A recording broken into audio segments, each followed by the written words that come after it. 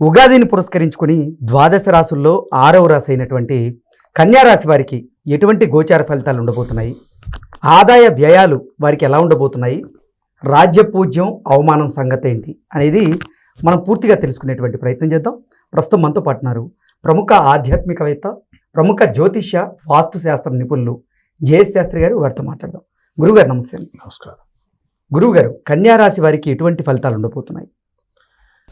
శ్రీ గురుభ్యో నమః. శ్రీ మహాగణాధిపతే నమః. శ్రీ మహాసరస్వత్యై నమః. హరి ఓం. శ్రీమాత్రే నమః. మనకు ద్వాదశ రాశులు నిత్య జీవితంలో ప్రతినిత్యం కూడా మనం చేసుకోవాల్సినవి ఏంటంటే గ్రహాల యొక్క అనుగ్రహం పొందుతూ తద్వారా జీవితంలో ఉన్నటువంటి ఇబ్బందుల నుంచి బయటపడుతూ ఉంటాం. అలా ప్రతి సంవత్సరం మనకు ఉగాది అని చెప్పి మనకు పండగ నిర్ణయం చేశాం.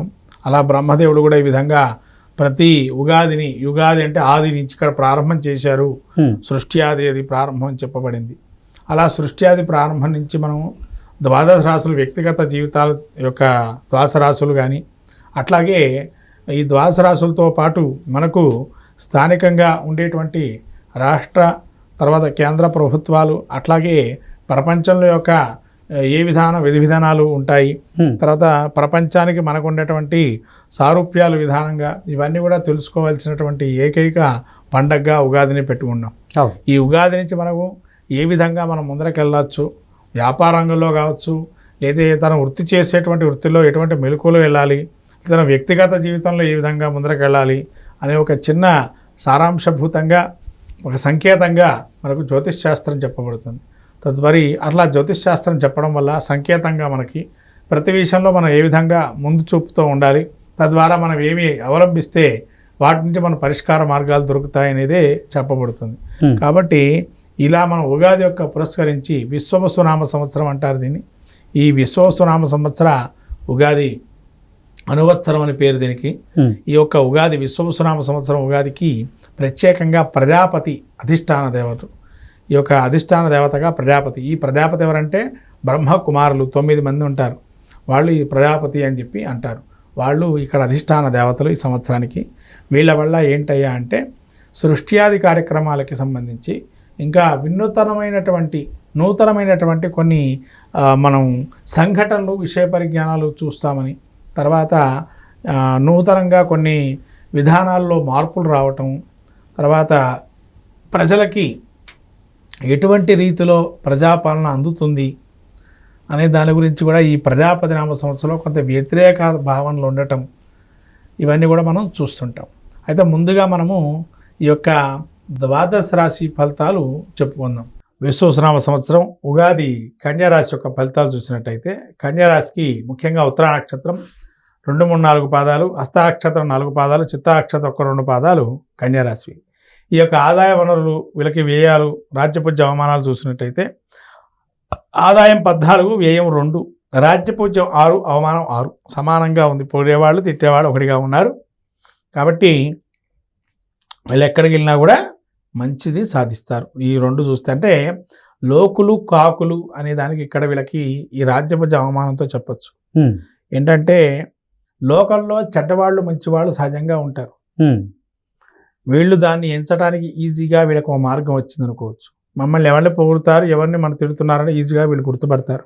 దీన్ని బట్టి ఈ సంవత్సరం అంటే వీళ్ళ ఆప్తులు ఎవరు, మాకు శత్రువులు ఎవరు అనేది తెలిసిపోతుంది. అలాగే వీళ్ళకి ఆదాయం 14, వ్యయం 2 ఉంది. కాబట్టి ఆదాయం 14 ఎప్పుడైతే ఉందో వ్యయం 2గా ఉంది. అంటే ఖర్చులు చాలా అదుపులో పెట్టుకుంటారు అని అర్థం. అంటే ఎంత సైలెంట్గా ఉంటే అంత మంచిది అనే ధోరణిలో వీళ్ళకు ఉంటారు. ఎందుకంటే కారణం అంటే గ్రహస్థితి చూసుకున్నట్టయితే కన్యారాశి గ్రహస్థితి జన్మంలో కేతు వచ్చేసి ఏకాదశంలో, రాహు 6లో ఉంటారు. అంటే వీరికి ముఖ్యంగా చెప్పాలంటే రాహుకేతులు ట్రాన్స్ జరుగుతున్న పరిస్థితి చూస్తే దీర్ఘకాలికంగా ఉండే సమస్యల నుంచి బయటపడే అవకాశం కన్యారాశి వారికి అత్యద్భుతంగా కనబడుతుంది ఇక్కడ. అంటే ఏంటి ఆ సమస్యలయ్యా?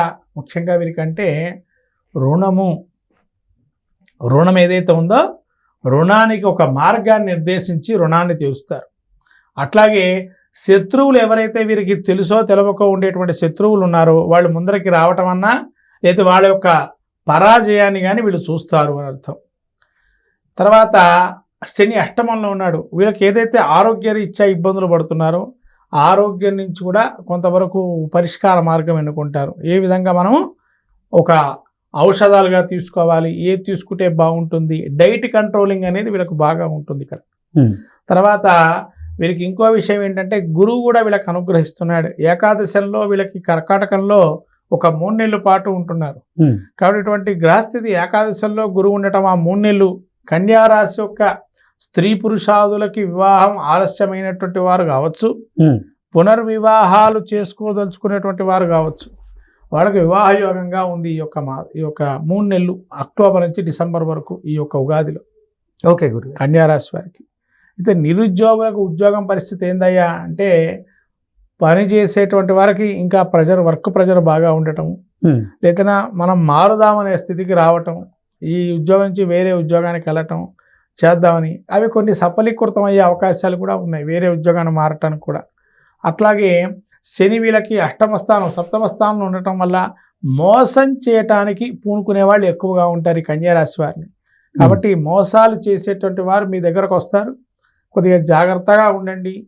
వాళ్ళ ద్వారా మీరు మోసపూరితమైన ఆలోచనలు ఏవైతే ఉన్నాయో మీరు సంఘటించాలి అని అంటే కష్టంగా మారుతుంది. ఎందుకంటే మంచివాళ్ళు చెడ్డవాళ్ళు సమానంగా ఉన్నారు ఈ సంవత్సరం మీకు. అంటే రాజ్యపుజ్జ అవమానాలు సమానంగా ఉన్నాయి, ఆరుగురు ఎవరి మంచా ఎవరు చెడు అర్థం కాని పరిస్థితిలో ఉంటారు. కానీ ఏర్పరచుకుంటారు, కానీ వాళ్ళు ఎవరిని మీరు టాలీ చేయాలంటే టైం తీసుకోవాల్సి వచ్చే పరిస్థితి వస్తుంది. కాబట్టి మోసం చేసేటువంటి వారు ఎవరు అనేది మీకు తెలియాలి అని అంటే 1-2 వాళ్ళతో మాట్లాడుతూ ట్రాన్స్లో ఉంటే కనుక అర్థమయ్యే పరిస్థితిలో ఉంటుంది.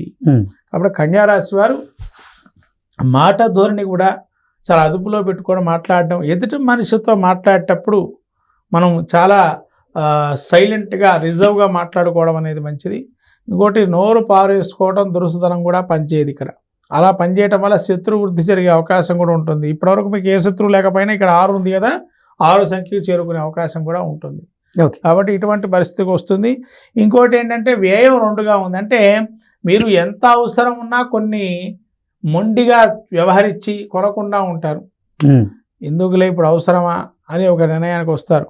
ఇప్పుడు మనం కొనుక్కొని చేసేదేముంది, కొనలేకుండా ఉన్నా బాగానే ఉన్నాం కదా అని ఆలోచన. అంటే అవసరాన్ని బట్టి మీరు డబ్బును వాడతారు, అది మాత్రం. అట్లనే అవసరాన్ని బట్టి మాటను వాడటం కూడా చాలా మంచిది ఈ సమయంలో. కాబట్టి మీకు మంచి ఫలితాలు వస్తాయి. రైతులకు ఎటువంటి ఫలితాలు ఉన్నాయి? రైతులకు వస్తే కనుక వీళ్ళకి కొంత ఎప్పుడు వేసే పంట కన్నా వేరే పంట వేయటం అనేది మంచిది. బయట వాళ్ళు సూచనలు సలహాలు కొంత మేర వీళ్ళు తీసుకోవటం మంచిది.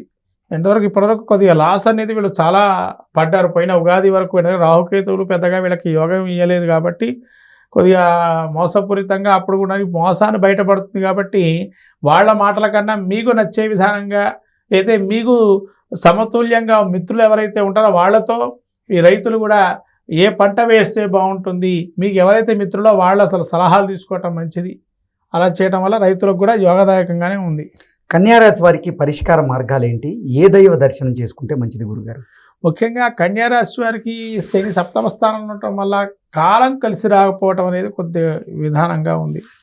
ఎందుకంటే వీళ్ళు మంచి చెడులు ఎంచుకోవడానికి సగం కాలం వెళ్ళిపోతుంది. అది ఆలోచించే లోపల మంచి ట్రాన్స్లో ఉన్న పరిస్థితి కూడా వెళ్ళిపోతుంది.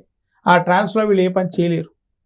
కాబట్టి అలా కాలానికి మనకు అనుగుణంగా పరిస్థితులు అనుగుణంగా రావాలి అంటే కాలభైరవ అష్టకం చదువుకోవటం, తర్వాత శివుడి యొక్క ఆరాధన, ఉజ్జయిని లాంటి మహాక్షేత్రాల్లో అభిషేకం చేసుకోవటం, లేదా ప్రతి మాసమందు శివరాత్రి రోజు అభిషేకం చేసుకోవటం. అలాగే మళ్ళీ కూడా వీళ్ళకి రాహు అనుకూలంగా ఉన్నాడు, కేతు అనుకూలంగా, గురువు యొక్క స్థితి అనుకూలంగా లేదు కాబట్టి శ్రీ గురు చరిత్ర, దత్త చరిత్ర లాంటి పారాయణం చేయటం వల్ల కూడా మంచి ఫలితాలు ఉంటాయి. ఓకే గురుగారు, ధన్యవాదాలు. నమస్కారం.